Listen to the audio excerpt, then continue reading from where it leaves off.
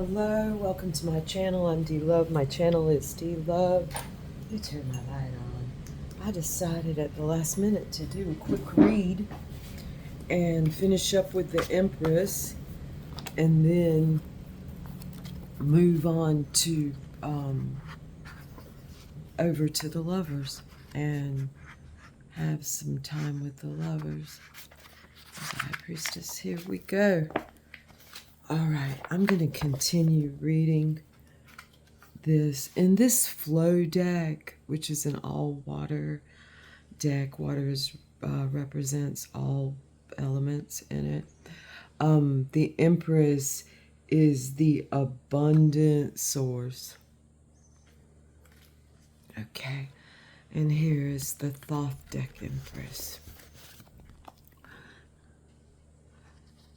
Thank you very much, Mr. Crowley.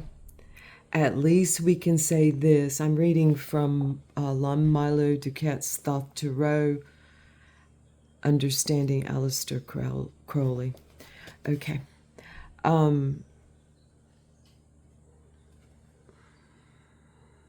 least we can say this. Daleth means door, and woman is the door of heaven.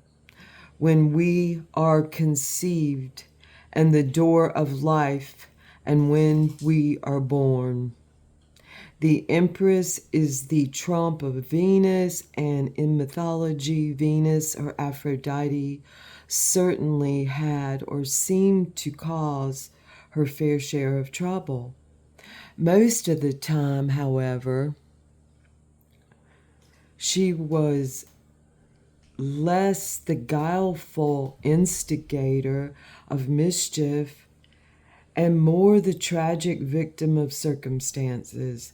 In either case, I think that's misogynistic, by the way, victim. I mean, first of all, to put two, but it's a sign of the times. Hopefully he'll assuage this. I don't see it that way. Although, yes, I see that she does seem to be the center of trouble sometimes. I don't like the word victim, I guess, victimization. In either case, I'm going to go on. In either case, almost everybody was in love with her, and she certainly added a bit of spice to the Olympian soap opera. Speaking of spice, the Empress is the second of the alchemical trumps and represents the element and principle of salt. Like Venus reclining on her love couch, awaiting the arrival of her next lover, Crowley describes her as the instinctive principle of nature. Salt is matter which must be energized by sulfur to maintain the whirling equilibrium of the universe. Sulfur, as we will see in the next trump, is represented by the Emperor, who represents the zodiacal sign of Aries, which is ruled by Mars, who was the lover of Venus. It gets scary when this stuff starts to make sense, doesn't it? This card is more than just the full color fold out of the Scarlet O'Hara of the gods, however. The path of Daleth is one of only 3 paths on the tree of life. I'm not trying to slip over with that card.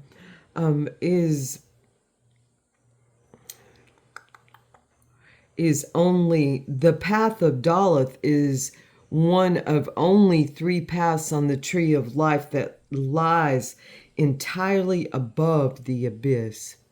It connects the second Sephira, the Chakaman, the supernal father, to the third Sephira, Binah, the supernal mother. This is the hallway down which the queen of our Kabbalistic fairy tale tiptoes to get to the bedroom of the king. This is the path of the exchange of unimaginable love. Harris's Empress, speaking of Lady Frida Harris, who painted this, Harris's Empress is perhaps the most tasteful and soothing card in the pack. I agree. The cool colors immediately lower my blood pressure. At first glance, she appears to be the goddess of vegetation, which is exactly what she is. Her presence can be a doorway through towering plants and grasses. The supports of her throne are formed from twisted blades of grass, and upon their tops are perched the sparrow and dove, birds sacred to Venus. Her green skirt is topped with a blouse of passionate red, ornamented with bees and what appear to be dominoes. Surrounded by spiral rings around her wrist is the golden belt of the zodiac. Her arm suggests the glyph of salt. She bears the lotus scepter in her left hand, and her right hand and arm curved delicately as if she were holding an invisible baby. As if she were holding an invisible baby to her breast. This is the magical gesture called Mater Triumphans. Isis suckling the infant Horus. Perhaps this is just a rehearsal for what is to come. The Empress, if you haven't noticed, is pregnant, her baby floating blissfully in a salty sea of amniotic fluid. In keeping with the motherhood theme, we find at the lower left of the card a white pelican feeding its young from the blood of her own breast. On the lower right is a shield displaying a white double-headed eagle holding the moon in its beaks.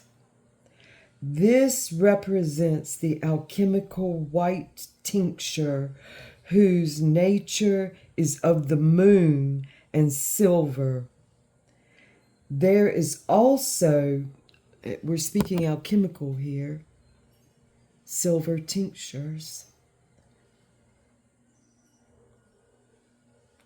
There is also a red tincture, and we'll discover it in the next trump, the Emperor.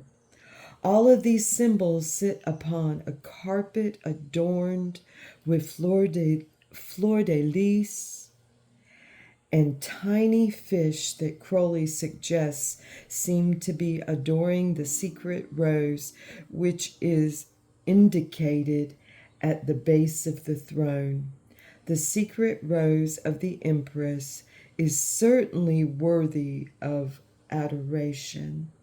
Her credentials are impeccable. I am nature and God. I reign. I am alone. None other may abide apart, they perish. Drawn into me, into my groan. None other bosom is, none other bosom is to beat, to nourish, to be the heart of all beneath my zone. Of blue and gold is scarlet bright to cherish my own's life being. That is and is not other, for I am God and nature and thy mother. There's a footnote here, and I'm not gonna go there yet. I'm gonna go to the lovers tomorrow. Thank you so much, Mother. Thank you, great Mother. Thank you. Thank you for coming into my space. Enjoy this beautiful day. I'm gonna place her back here. I'll put her here. Thank you, folks. Have a beautiful one. Thank you so much.